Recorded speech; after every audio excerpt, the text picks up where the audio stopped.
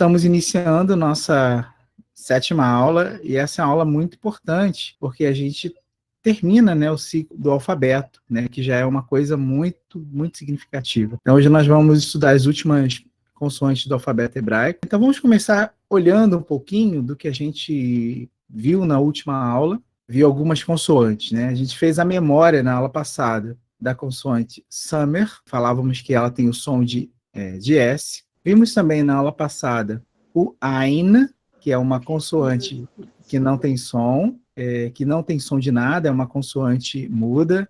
Na aula passada a gente viu também as consoantes gêmeas Pei, com pontinho, e o Fei sem o pontinho. O Pei com um pontinho, com esse daguestezinho, ele tem o som de P, como na palavra pato. Sem o pontinho, ele é chamado Fei, e tem o som de F, como faca, Pei e Fei. Lembrávamos também que o P e o Fei têm uma forma quando eles aparecem no final de uma palavra. Aí nós temos o Pei final e o Fei final. Lembrando que a palavra final em hebraico é sofit.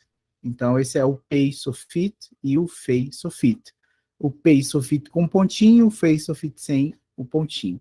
E a gente falava uma coisa interessante também, que é muito, mas muito difícil você encontrar um Pei final. Geralmente, 99% dos casos, quando aparece essa forma, é um Fei final. O Pei praticamente não existe, tanto que no hebraico moderno ele foi excluído, né, da lista do alfabeto, né? Então, não tem Pei sofit no hebraico moderno. No hebraico bíblico, acho que aparece uma única vez, uma única ocorrência em toda a Bíblia do Antigo Testamento. Mas, de qualquer forma, é importante saber que existe. Então, Pei final, quase vocês nunca vão encontrar, mas o Fei sofito, Fei final, ele é bastante frequente. E, por último, nós vimos a consoante Tsadi, né? E a gente falava que existe uma... E aí, o Tsadi tem o som de TS. Tss, tss.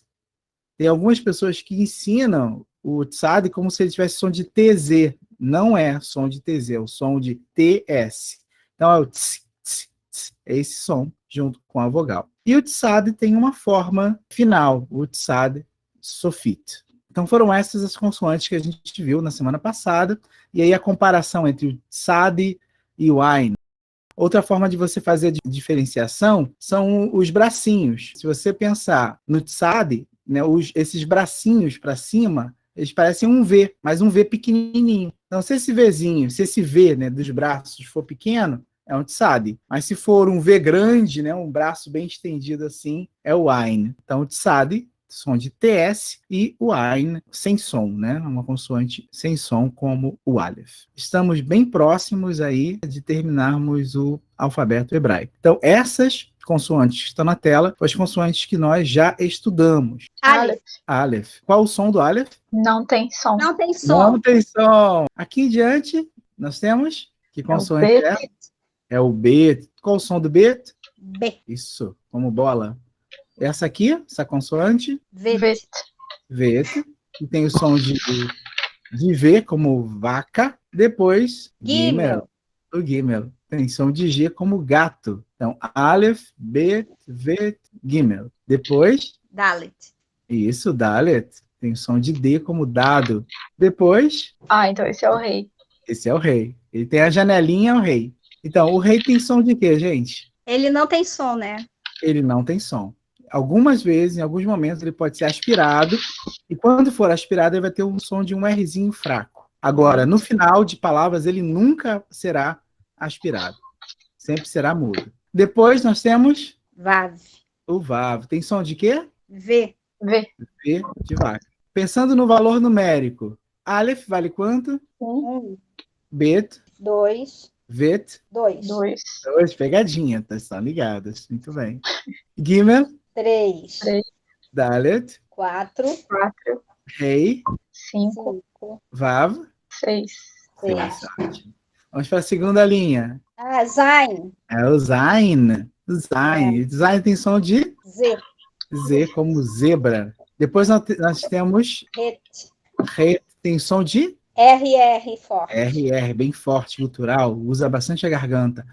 Depois nós temos Tet. o T, som de T. T. Depois temos a consoante Yud. e Yud. O Yud tem som de I. I, mas é uma consoante. Depois nós temos, qual consoante é aqui? O Kaf. o kaf. O kaf. O kaf tem som de K. K, ou C, né? Como na palavra casa. E aqui a gente tem o irmão gêmeo do kaf, que é o Raf. O Raf tem som de R. RR forte. RR forte. O Kaf e o Raf tem uma forma final, que é o Kaf sofit ou o Raf sofit. Se essa forma final aqui, que é do Kaf e do Raf, vier com um pontinho, ele é o Kaf final. Se vier com um Shivá aqui dentro, ou seja, dois pontinhos, um embaixo do outro, é o Raf sofit, o Raf final. Então temos aqui o Kaf, o Raf e o Raf final ou o Kaf final. Vamos pensar no valor numérico. Zain, 7. 7. Het, 8. Tet, 9. Yud, 10. 10. Kaf, 20. 20. Eu passo agora do Yud para o Kaf. Começamos a sequência decimal. Kaf vale 20 e o Raf. 20 também. E o Raf Sofit? Também. Tudo vale 20. Então é o pacote completo. Kaf, Raf Sofit, Kaf Sofit, tudo mesmo valor numérico 20. Vamos para a terceira linha. Que consoante é essa? Lamed. Lamed. O Lamed tem o som de L. L. Isso, é um L. É um L que coça a ponta, né, da língua no céu da boca. Depois, do Mem. O Mem tem o som de M. E aqui eu tenho uma outra consoante. Consoante é essa, gente? Do lado Mem? Mem Sofit. É o Mem Sofit. É o Mem quando aparece no final de uma palavra. Mem Sofit. Depois nós temos Nun. o Nun. Tem o som de N. N. Depois o Nun Sufit. Sofit, que também tem o som de N e tem o mesmo valor numérico do Nun, que é 50. Depois, que consoante é essa? Summer. Então, o Summer ele é bem parecido com Mem Sofit, olha, mais arredondadinho. O Summer tem som de S. isso. Depois nós temos o Ain. Ain, tem som de Não tem som. não tem som, pegadinha. Então nós temos aqui o Lamed, o Mem Sofit, Nun Sofit, Summer e Ain. Valor numérico, pode falar. Quando essas consoantes sofites, elas são escritas assim, pode ainda levar uma vogal junto, tipo um pingo embaixo, um pingo em cima, ou não? Geralmente isso vai acontecer no Raf Sofit. No Raf Sofit ou no Kaf Sofit isso vai acontecer bastante. Nas outras é muito mais raro, mas é possível. Quase você nunca vai encontrar isso, né? Com raríssimas exceções. Então, pensando no valor numérico, o Lamed vale quanto? 30. 30. O Mem vale quanto? 40. 40. O Mem Sofit? 40 também. 40 também, a mesma consoante. O Nun? 50. O Nun Sofit? 50. 50. Depois, o Summer vale quanto? 60. 60. E o Ain? 70. 70. Última linha. O Pei e o Fei, som de P e som de F. E a sua forma final, o Fei Sofit. Do Pei, P. P de como pato. E do Fei, F. F. E o Fei Sofit, som de F. Se tiver um pontinho, quase nunca isso vai acontecer, terá o som de P. Depois o... Esse é o Tsad. Esse é o Tsad. O Tsad. E esse aqui do lado... Tsad Sofit. Sofit. Qual o som do Tsad ou do Tsad Sofit? Tss. Isso, TS. Tss. Esse é o som. Então, no sentido de valor numérico, Pei, Fei e Fei Sofit vale quanto? 80? 80, exatamente. E o Tsad Sofit? 90. 90, exatamente. Pronto, é isso. É o que nós estudamos até agora. Vamos adiante. Então, hoje nós começamos com uma consoante. Essa é uma consoante e o nome dela é Kuf. Kuf. Como o nome sugere, o Kuf tem o som de K ou C, como na palavra casa. É o mesmo som do Kaf? É o mesmo som do Kaf. A mesma coisa, né? Como eu leio o Kaf, eu vou ler o Kuf. É o mesmo som. Kuf. E aí a gente tem uma mudança nessa questão dos valores numéricos. A partir do Kuf, todas as consoantes vão seguir a numeração em centena.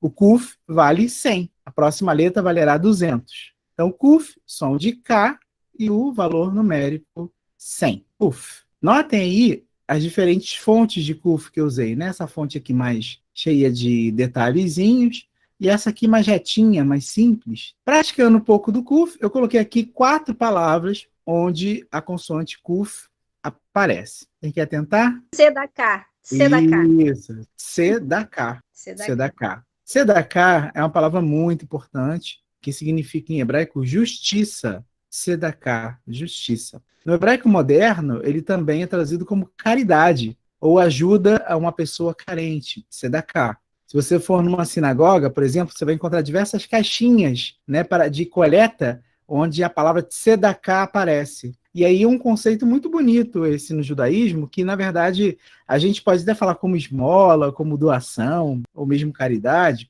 mas na verdade sedaká é literalmente justiça. Se falta alguma coisa para alguém, significa que está faltando justiça. Porque tudo que foi feito, tudo que foi dado por Deus é para todos, na visão religiosa. Então, se alguém tem muito e não tem nada, ou tem muito pouco, então está faltando justiça nessas relações. Então, fazer tzedakah nada mais é do que tentar retomar a justiça inicial, que seria o equilíbrio inicial da criação de Deus. Então, fazer caridade não é um gesto para dizer que eu sou bonzinho, mas é uma forma de mostrar que devemos buscar esse equilíbrio a partir daquilo como foi criado. Deus criou tudo para todos, então todos têm direito de usufruir de tudo. Proposta muito bonita, né? Uma ideia muito bonita, essa palavra de tzedakah traz. Então traduzimos tzedakah como justiça. Segunda palavra, kof. Kof, em hebraico, significa macaco. Macaco, kof. É um macaco, kof.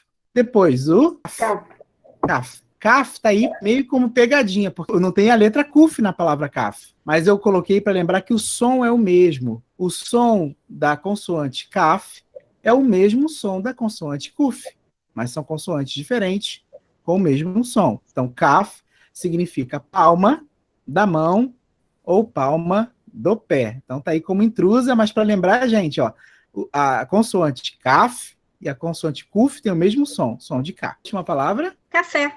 Café, exatamente, café. Café significa café. Oh, que legal! Que palavra boa de decorar, né? Muito Café, bom. igualzinho no português, café. É. A gente costuma dizer que todo estudante ele tem que ter do lado uma xícara, né? Eu tenho aqui a minha, ó. Minha xícara está aqui o tempo todo para poder sobreviver. A minha aqui também.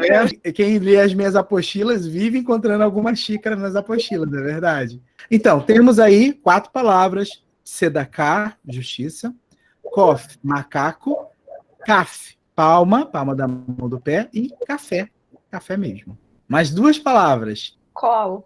Colo. Pode botar o ponto da língua no céu da boca quando se termina. Colo. Colo. Colo. Kol, em hebraico, significa som ou voz. É a mesma palavra para expressar essas 2 ideias. Som ou voz. Tem uma rádio em Israel muito importante chamada Kol Israel. É o som de Israel, ou a voz de Israel. Uma palavra bem grande para você. Vamos tentar ler? Vamos lá. Havakuk. Isso, Havakuk. Havakuk é um nome próprio. Então, quem tiver ainda querendo ter um filho, ou sugerir nome para a neta, e um nome bonito, Havakuk é o nosso Abacuque da Bíblia, do Antigo Testamento. Então, Havakuk, nome próprio; Abacuque, né, o nosso profeta aí do Antigo Testamento. Havakuk. Kol, som ou voz; Havakuk, Abacuque. Próxima consoante, gente. Estamos chegando no finalzinho, né, do nosso alfabeto. Essa consoante se chama Resh. Resh. Resh. Tem algumas coisas legais sobre o Resh. O Resh, ele tem o som, a gente poderia dizer que ele tem o som de um R fraco, né? Não existe esse em português, mas se a gente pudesse falar a palavra rosa como um R fraco, seria rosa, rato, rosa. Seria esse R meio enroladinho ou meio fraquinho, né? Seria o som do Resh, um R. Um Rzinho fraco, rosa, rato. Essa consoante, ela é meio gutural. É um som bem estranho para a gente, porque se usa a garganta e depois joga o som para fora, né? Então a gente não consegue, né, falar direito, nós que somos do Ocidente, o som, né, real dessa letra, né, como um israelense fala. A não ser que você vá morar lá e você acabe pegando esse sotaque. Mas, por exemplo, a palavra que termina com resh, né, em hebraico, por exemplo, a palavra lição, shiur, em hebraico é shiur. Um israelense fala shiur, shiur. Então, esse coisa assim, é o meio gutural. Então, o resh tem essa característica meio, né, um som que a gente não usa né, no Ocidente. Mas, para nós, basta falar com um Rzinho fraco. Shiur, shiur, né, que já dá para entender e dá para ser compreendido perfeitamente. Está correto, né, também o som dessa letra, como um Rzinho fraco. Pode dizer que é um R da palavra, por exemplo, caroço, ro. Sim. Esse ro, isso. Okay. É o mais próximo que é da nossa língua que a gente pode chegar, talvez seja esse som mesmo, caroço. E o uresh, se a gente pensar no sentido numérico, ele vale quanto, gente? 200? 200. Exatamente, é a sequência agora de centena. Então, o uresh vale 200. Olhem só, observem aqui as características, né, do uresh. Esse uresh aqui mais feitadinho, né, e esse outro bem simples mesmo, como se fosse uma única linha curvada para baixo. Começa em cima e vai curvando para baixo. Bem simples mesmo. Você pode também fazer, se você quiser, duas retas. Uma reta horizontal e uma reta vertical para baixo. Desde que você não deixe nenhum rabinho aqui. Porque se você deixar algum rabinho aqui, vai ficar parecendo o Dalet. Não tem nada sobrando, vai direto. Resh, valor numérico 200. Olhem só o que eu estava falando. Comparem aí. Eu coloquei do lado esquerdo o Dalet e do lado direito o Resh. Comparem que é bem parecido, gente. Olha só esse tipo aqui do Resh. E olha só esse tipo aqui do Dalet. É bem parecido. Olha só onde está a diferença. Nessa curvazinha aqui, né? Do lado direito. Se eu pego o Dalet de uma forma mais reta, você vê que vai ficar faltando, vai ter uma sobrazinha também à direita. O Uresh não sobra nada. É isso que a gente tem que estar atento, né? Entre uma e outra, que o Uresh ele vai direto, sem sobras, na parte de cima do lado direito. 3 palavrinhas com o Uresh. Riv. Riv, exatamente. Riv. Riv, em hebraico, significa briga ou contenda. Palavrinha feia, né? Remete muitas vezes no Antigo Testamento à briga que acontece entre Deus e o povo de Israel. E aí é preciso ter uma mediação nesse conflito. E geralmente quem faz essa mediação é o profeta. Ele, coitado, tem que encarar esse pepino de arranjar um jeito de encontrar, né, um meio termo aí entre povo e Deus. Depois. Rav, exatamente, Rav. Rav em hebraico tem 2 significados, mas um está relacionado com o outro. Rav significa muito, muito. Né? Quando eu tenho muita coisa, muito dinheiro, Rav, muito. Mas Rav também é uma forma carinhosa de falar do líder, né, de uma comunidade, de uma sinagoga, que é o rabino. Quem é o rabino? Né? O rabino é uma pessoa sábia, que tem muito conhecimento. É nesse sentido que chama ele de Rav. Também Rabi, que é o meu rabino. A outra é uma construção para mostrar. É aquele que conhece muito, ele é o meu líder, ele é minha referência. O Rav. Carinhosamente, o povo de Israel chama Moisés de Rabeno, que significa o nosso Rabi. Moshe Rabeno, né, que eles falam sobre Moisés. Sempre é derivado dessa palavra Rav, que significa muito. Isso. Agora, lembra que isso, Keren, é uma palavra segolada. Ou seja, eu tenho aqui uma consoante, uma sílaba com o segol, e uma outra sílaba seguinte com segolo. Quando isso acontece, nós dizemos que é uma palavra segolada. Tem 2 segolos seguidos. Quando isso acontece, a sílaba que tem o primeiro segolo, ela é acentuada e um tom mais agudo. Keren. Keren significa, em hebraico, chifre. Essa palavra tem muita coisa interessante para se falar sobre ela. Como vocês sabem, eu falei para vocês também na nossa primeira aula, originalmente o hebraico ele não tinha essas vogais. Essas vogais apareceram depois para que a pronúncia das palavras pudesse ser conservada quando o povo tinha sido expulso da sua terra. Então, o que se tinha antigamente era o texto apenas com as consoantes, sem as vogais. E aí tem uma história muito interessante. No século IV, um homem da Europa, ele foi chamado pelo Papa da época, né? Já era um período onde o cristianismo estava em ascensão em meio ao Império Romano, já tinha acabado aquele período de perseguição aos cristãos dos primeiros séculos. E o Papa da época, né? Ou seja, o líder, né, daquela comunidade cristã daquele período, pediu que um homem fizesse um trabalho, né? E não era um trabalho fácil.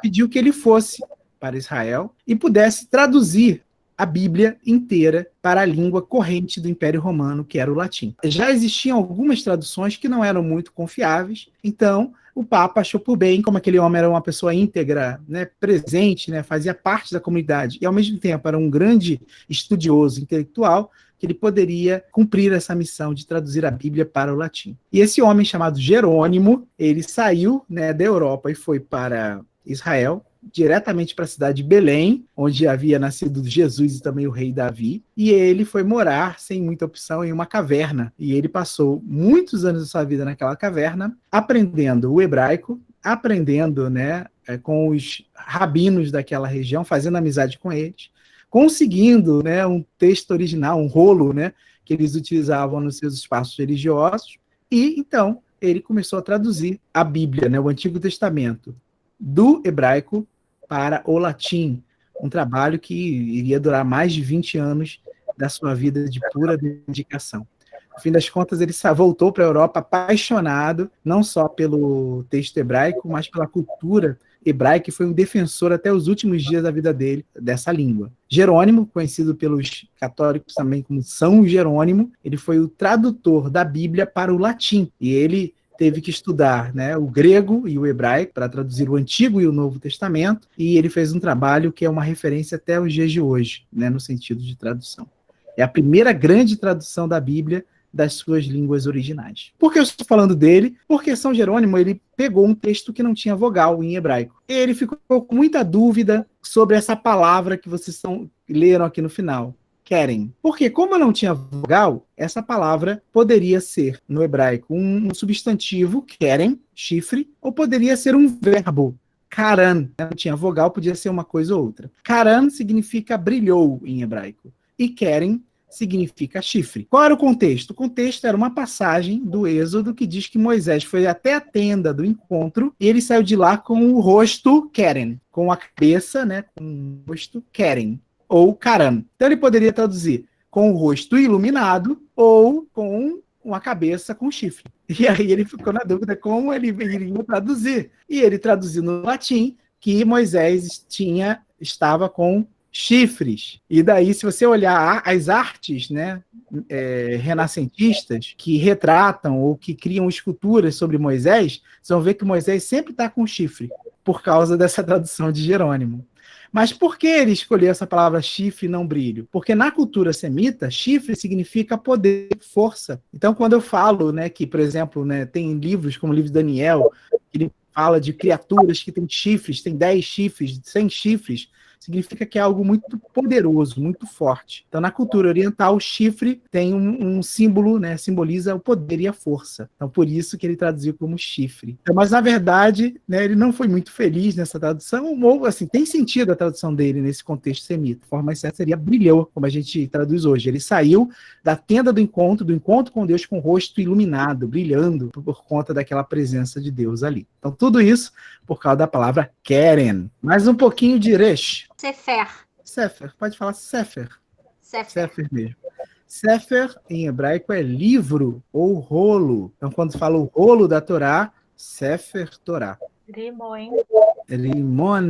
N no final. Rimon. Palavra bonita. Rimon, em hebraico, significa romã. Rimon em hebraico é romã. É uma fruta muito, né, muito cultivada no Oriente Médio. E são romãs bem grandes, gente. Você pega uma romã, é de um tamanho assim, quase de um melão. E existe a romã é um símbolo também religioso da saúde e da prosperidade, né, no Oriente. Rimon. Então é muito bom, assim, né, muito auspicioso beber suco de romã no Oriente, né? Muito bom, vale a pena.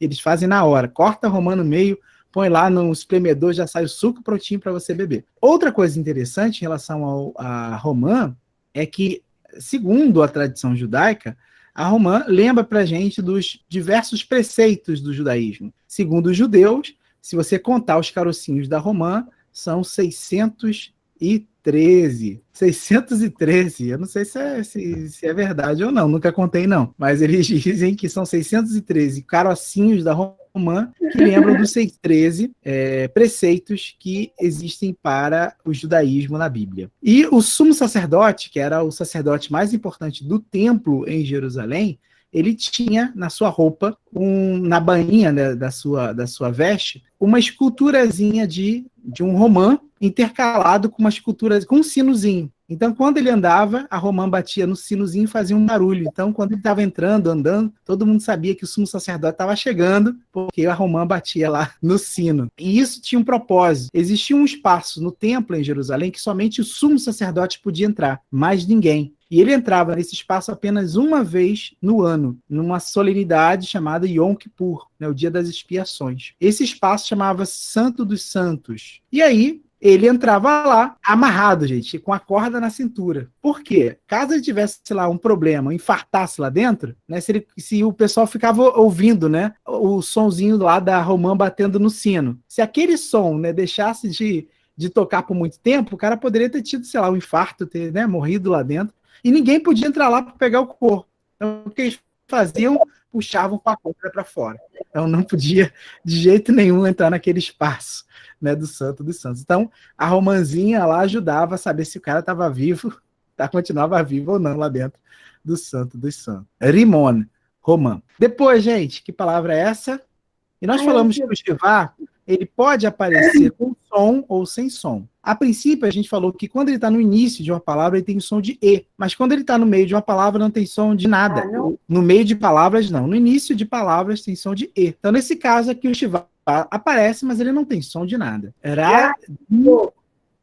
Radio. Não é uma palavra que está na Bíblia, com certeza. É igualzinho ao nosso rádio, só que o R é mais fraco. É o rádio. Rádio. Rádio. Tem mais uma palavrinha? Nesse caso, olha só, o Shivá aqui apareceu também. Mas como ele está no início, ele tem som de E. Exatamente. O E fechadinho. E. Medaber. Medaber. Tá. Medaber é um verbo falar em hebraico, mas ele serve apenas, por enquanto, medaber é só para o homem. Quando eu falo hebraico. Ani, eu, medaber, ivrit. Então, as palavras que aparecem aqui, sefer, livro, rimon, romã, rádio, rádio, e medaber, falo, né? É o verbo falar no presente, para o homem. Então, quando eu falo hebraico, uma mulher falando, ani medaberet ivrit. Olá! Quantas vezes você já ouviu minha voz lendo a palavra de Deus? Agora, imagine você conhecer e poder ler a Bíblia na sua língua original, o hebraico. O professor Antônio Marcos criou um canal para você que quer aprender hebraico de uma forma inovadora e de graça. Basta se inscrever agora no canal do YouTube Hebraico com Antônio e acompanhar as aulas gratuitamente. Não perca tempo. Shalom!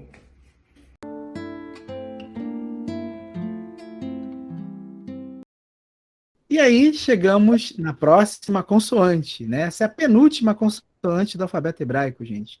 Esse aí é o Shin, que é também uma letra gêmea. O Shin, ele pode aparecer com um pontinho à direita, um dagesh aqui na direita, só que o dagesh está lá em cima da letra, né, gente?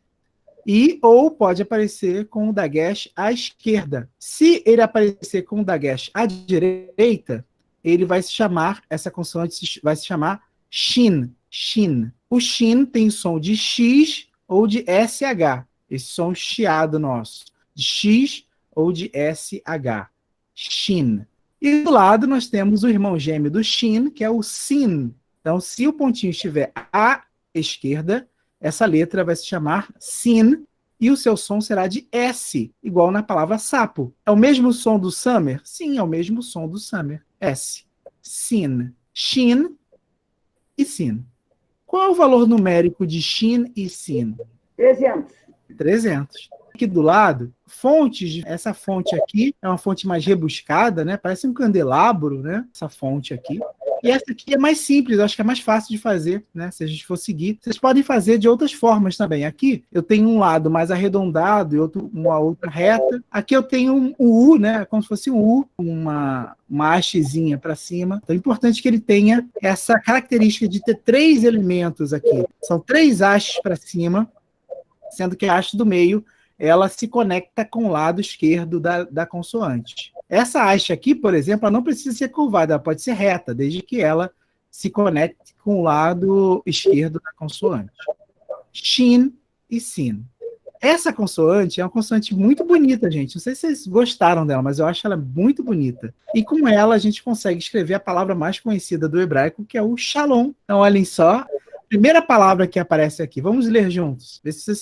Lendo no hebraico, né? Vamos lá. Shalom, o mesmo sofito. Shalom. Shalom em hebraico tem 3 significados. Shalom, como todo mundo já sabe, significa paz. Mas shalom também pode ser a saudação quando encontra uma pessoa. É o nosso oi. Só que shalom pode ser também tchau, adeus, é a mesma palavra. A gente vê muito isso em escritos de memória de um ente querido, já falecido. Então, shalom, um amigo, tem essa característica, né? Do tchau, do adeus, oi e paz. Uma palavra que fala de integralidade, né? Em qualquer situação que a paz permaneça com a gente, que essa paz permaneça conosco. Shalom. Segunda palavra, sirá.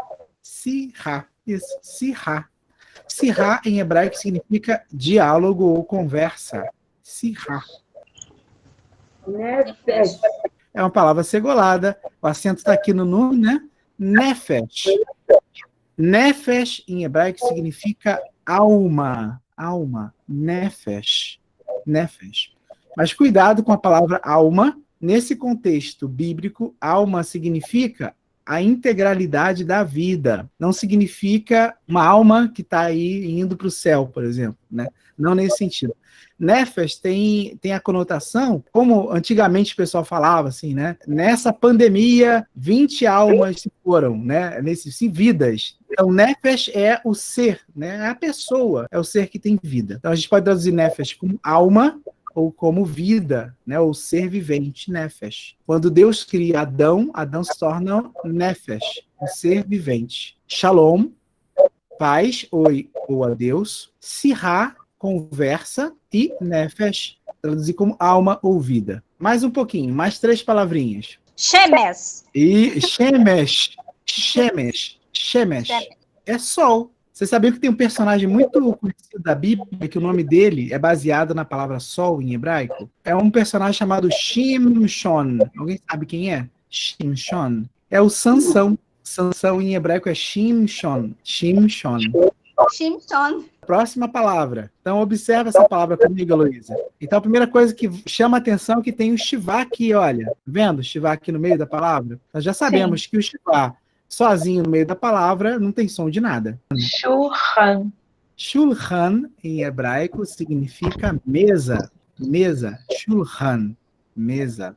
E mesa é uma palavra importante, né? Porque todas as celebrações são a mesa, né? Celebrações, elas podem ter uma característica cultural no templo, né? Ou na sinagoga, mas ela é continuada ou iniciada à mesa com a família. E por último, serafim. Serafim é uma categoria de seres celestes. Serafim. Então, nós temos aqui Shemesh, sol, Shulchan, mesa, serafim. A gente, em português é serafim mesmo, né? A gente não tem outra tradução, não, é serafim mesmo. Primeira palavra dessa lista aqui. Shir. Shir. Palavra bonita, shir, e fácil de lembrar. Shir, em hebraico, significa canção. Canção. Shir Ashirim, o cântico dos cânticos. E aqui tem uma expressão muito usada em hebraico. Isso tudo aqui, gente, são 2 palavras. Essa e essa. Aqui eu tenho uma expressão. Vamos tentar ler? Sim. Sim, isso. Sim. Lev. Sim, lev. Sim, lev, em hebraico, significa ponha. Esse sim é o imperativo. Coloque. Ponha. Sim. E lev significa coração. Então, literalmente, sim, lev é coloque no coração. Sim, lev. Coloque no coração. O que significa essa expressão, sim, lev, em português? Atenção. Então, olha só que coisa bonita em hebraico, né? Quando eu quero falar para alguém, presta atenção, eu falo, coloque no coração. Coloque no coração. Sim, lev. Maravilhoso. Bonito, né? Sim, lev. Atenção. Então, sim lev é quando eu falo com uma pessoa. Quando eu quero falar com muitas pessoas, Sino, isso, simu lev. leve. Mesma coisa. Simu lev. Simu lev significa prestem atenção. É o plural. Outra coisa interessante em relação ao lev, na tradição semita, lev é a fonte do entendimento. Não é apenas a fonte do sentimento, como a gente diz no Ocidente, né? Mas é também a fonte do entendimento, é o coração, na tradição semita.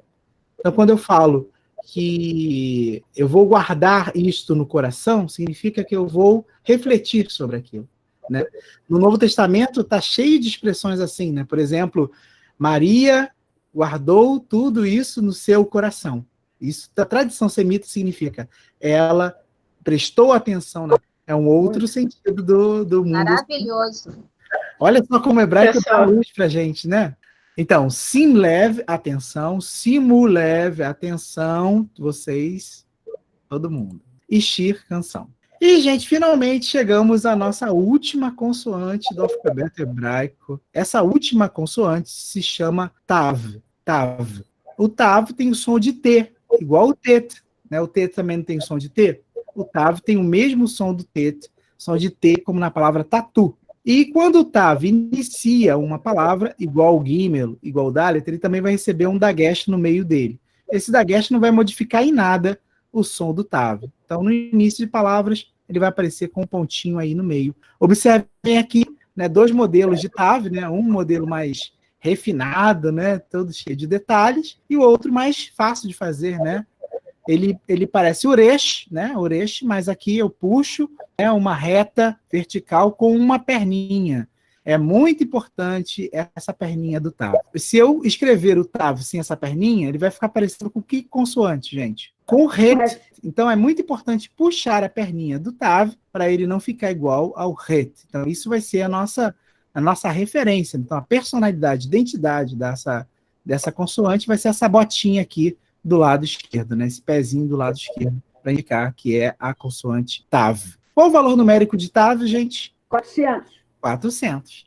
Então, o nosso alfabeto hebraico termina no número 400. Fomos do 1 até o número 400 no alfabeto hebraico. Essa Então, numeração serve para quê, Antônio? Essa numeração serve para diversas coisas. Serve, por exemplo, para expressar a data. Que anos nós estamos? Então, eu posso expressar esse ano com letras. Qual o capítulo do livro? Eu posso expressar esse capítulo com letras. Então, tem diversas utilidades. E também para um uso muito interessante, eu ouvi falando que a gemátria, ou gematria, que é aquele saber judaico que ele cria, a partir de palavras, uma simbologia numérica. A comparação, coloquei aqui do lado direito o tav e do lado esquerdo o het. Bem parecido, né? Bem parecidas umas com as outras, né? Essas 2 consoantes. Agora, observa aqui, no caso do het, que não tem pezinho, não tem botinha, né? Tudo aqui colado no chão, enquanto o tav tem esse pezinho, essa botinha aqui do lado esquerdo. E aqui embaixo tem uma palavra, quem quer ler para mim? Tikvá. Tikvá. Tikvá, em hebraico, significa esperança. Tikvá é também o nome do hino de Israel. O hino de Israel se chama Atikvá, a esperança. Praticar o tav. Tevá. Tevá, exatamente. Tevá, em hebraico, é arca. É interessante, Tevá pode ser a arca de Noé é Tevá.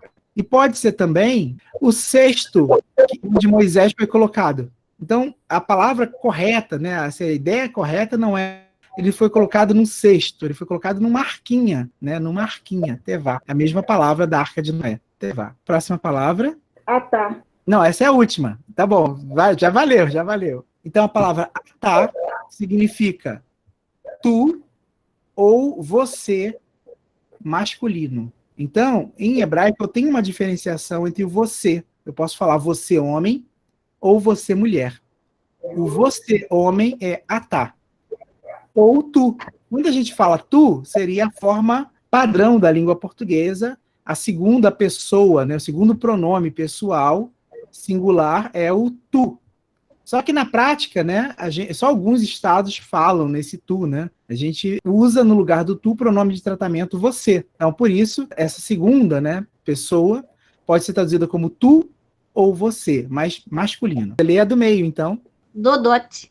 Dodot, exatamente. Vem da palavra dod, tio. Dod, tio. Dodá, tia. Dodim, tios. E dodot, tias. E aí, gente, outra coisa para deixar nossa orelha coçando. Se uma palavra termina com ot, provavelmente essa palavra ela é plural feminina. Se termina com im, como a gente já viu, é plural masculino. E se termina com ot, é plural feminino. Vou dar um exemplo aqui só de ouvido. Por exemplo, a palavra que a gente já trabalhou, sus. Todo mundo lembra o que significa sus? Cavalo. Cavalo. Sussá, égua. Égua. Sussim, cavalos. Sussot, éguas. 3 palavras, tevá, arca. Dodot, tias. Tias. Dodot. Atá, tu ou você, masculino. 3 palavrinhas, at. At é o tu ou você, feminina. Então, o atá é o tu ou você masculino e o at é o tu ou você feminino. At. Próxima. Atem. Olha, esse mem bem pronunciado. Atés. Não, é o mem, sim. Mesmo. É o mem. Parece Vê que ele é quadradão, olha. Tem bem, bem verdade, quadrado. é. Então, Atem. atem. Isso, Atem. atem. O atem é o plural é o plural, né? É a forma plural do atá. É o vocês ou vós. Masculino. Tem. E Otávia, qual a última? Última palavra? Aten. Isso, Aten. Já leu certo. Aten. Isso, Aten. Com N no final. Aten. Som de N no final. Aten é o vocês ou vós feminino. Enquanto o atem é masculino, o aten é feminino. Eu tenho atá, você, homem, at, você, mulher, atem, vocês, homens, e o aten, vocês, mulheres. Se a gente olhar agora o nosso vocabulário, vocês vão ver que nós já temos todos os pronomes pessoais, do eu até o eles. Eu, tu, ele, ela, nós, vocês e eles e elas. Então, a gente já tem todos os pronomes pessoais. Então, na revisão de vocês, preste atenção nos pronomes pessoais. Uma sentençazinha. Aten e eladot. Vocês são meninas. É verdade. Aten e eladot. Então, a palavra eladot está no plural feminino. Olha o ot que eu falei para vocês no final de palavras. E o aten é o pronome pessoal. Vocês são meninas. Aten e eladot. Ufa, gente! De conteúdo, né, nossa aula foi isso. Mas eu quero dar uma última palavrinha nesses 2 minutinhos finais em relação à questão do valor numérico. Mas eu posso fazer o processo inverso. Eu posso usar letras tendo aí um sentido, né, numérico, ou fazer o vice-versa. É o que a gente chama de gemátria. Né? Um exemplo de gemátria aparece no livro do Apocalipse, onde diz que quem tiver inteligência saberá decifrar o número da besta. E o número da besta é o número 666. Todo mundo já deve ter escutado isso alguma vez na vida, né? Sabe do que eu estou falando, né? O número 666, né? 666. O que significa isso, gente? Né? O texto do livro do Apocalipse foi escrito por volta do ano 100 depois de Cristo, né? Foi o último texto do Novo Testamento a ser escrito. E ali, é claro, eles estavam dentro de um contexto de perseguição. De quem? Do Império Romano. O Império Romano estava perseguindo tanto a comunidade judaica quanto todos aqueles que eram oriundos da comunidade judaica, os cristãos também, de maneira geral. Então, falar dos seus opositores, dos seus perseguidores, era uma coisa muito perigosa naquele tempo. Então, utilizar dessa questão numérica, simbólica, ajudava nesse sentido, né? Eu vou falar, né, de alguém veladamente, e só quem tem aquele conhecimento, né, dessa questão linguística, numérica, vai entender de quem eu estou falando. Então, é o caso do número 666, diz o texto. É o número de um homem, é o número de uma pessoa. Então, quem tiver inteligência vai saber decifrar o número 666. Então, eu peguei aqui, né, fazendo uma soma, né, de letras, a gente pode pegar aqui um nome, né, somando essas letras aqui, eu vou encontrar o número 666. Então, não sou bem bom de conta rápida de cabeça, mas 50, o Nun vale 50, o Uresh vale 200, o Vav vale 6, e de novo o Nun, né, Nun Sofit, mas é o mesmo Nun, vale 50. Depois eu tenho o Kuf, que vale 100, o Samer, que vale 60, e o Uresh, que vale 200. Então, dá para somar aí, ó, 200 com 200, 400, mais 100, 300, mais 66 e mais 100, né, 666. E o que nome é esse? Dá para ler aqui embaixo agora, gente. Que nome está escrito aqui? Neron Caesar. É o nosso querido ou não querido Nero César. Que na época do Apocalipse já tinha morrido já há algum tempo, tá? Mas ele foi tão ruim que ele se tornou uma referência. Então, quando eu falo do Império Romano, eu lembro sempre daquele homem que perseguiu, que matou, né? Que fez o mal para a comunidade, tanto judaica quanto cristã, né? O Nero, né? Ele é o perseguidor, é aquele que se opõe contra o projeto de Deus, o projeto da comunidade cristã. Então, quando o texto do Apocalipse fala o número 666, na verdade, veladamente, usando esse sentido gemátrico, ele está falando de Nero César, do imperador romano, que não necessariamente precisa ser Nero, mas pode ser qualquer imperador que representa, né, esse poder paralelo, contrário às forças, né, ao projeto de Deus ou à vida.